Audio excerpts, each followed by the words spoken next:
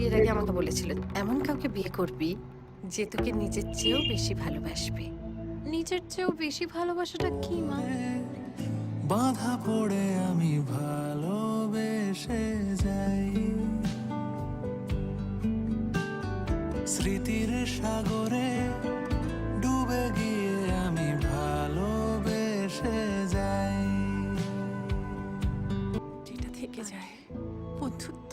আমাকে জোর করেছিল এই বিয়েটা করতে, তাই আমি আর বিজন আমাদের বাড়ির ইচ্ছে। আর আরতি ঘর সংসার সামলেছে, তোদেরকে মানুষ করেছে।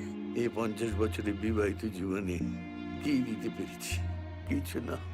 যতদিনে এসে মনে হলো যে এইবার থেকে দুজনের জীবনটা সত্যি সত্যি দুজনেরই জীবন হবে।